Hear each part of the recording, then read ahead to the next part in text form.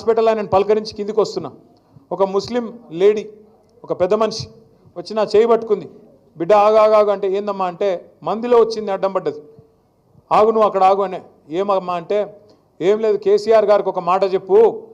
కేసీఆర్ ఉన్నప్పుడు నా పేరు ఫలక్నుమాలో ఉంటా, నా పేరు నూర్ ఫాతిమా. కేసీఆర్ అన్నకు చెప్పు, అన్న ఉన్నప్పుడు మా ఇంట్లో కరెంటు పోకపోయేది, ఈ దరిద్రులు వచ్చినాక రోజుకి 8 సార్లు పోతున్నది, జల్దీ రమ్మను కేసీఆర్ను అన్నది.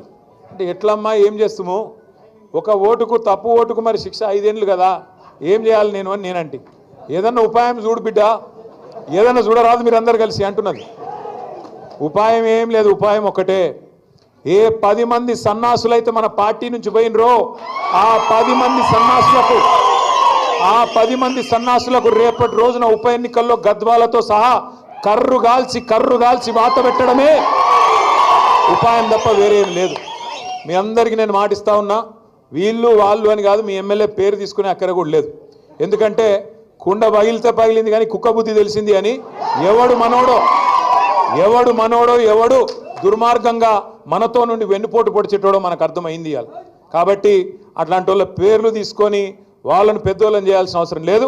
ఆ 10 మందిని మీరు గట్టిగా అనుకుంటే గద్వాలలో పండబెట్టి తొక్కే శక్తి మీకుందని మాత్రం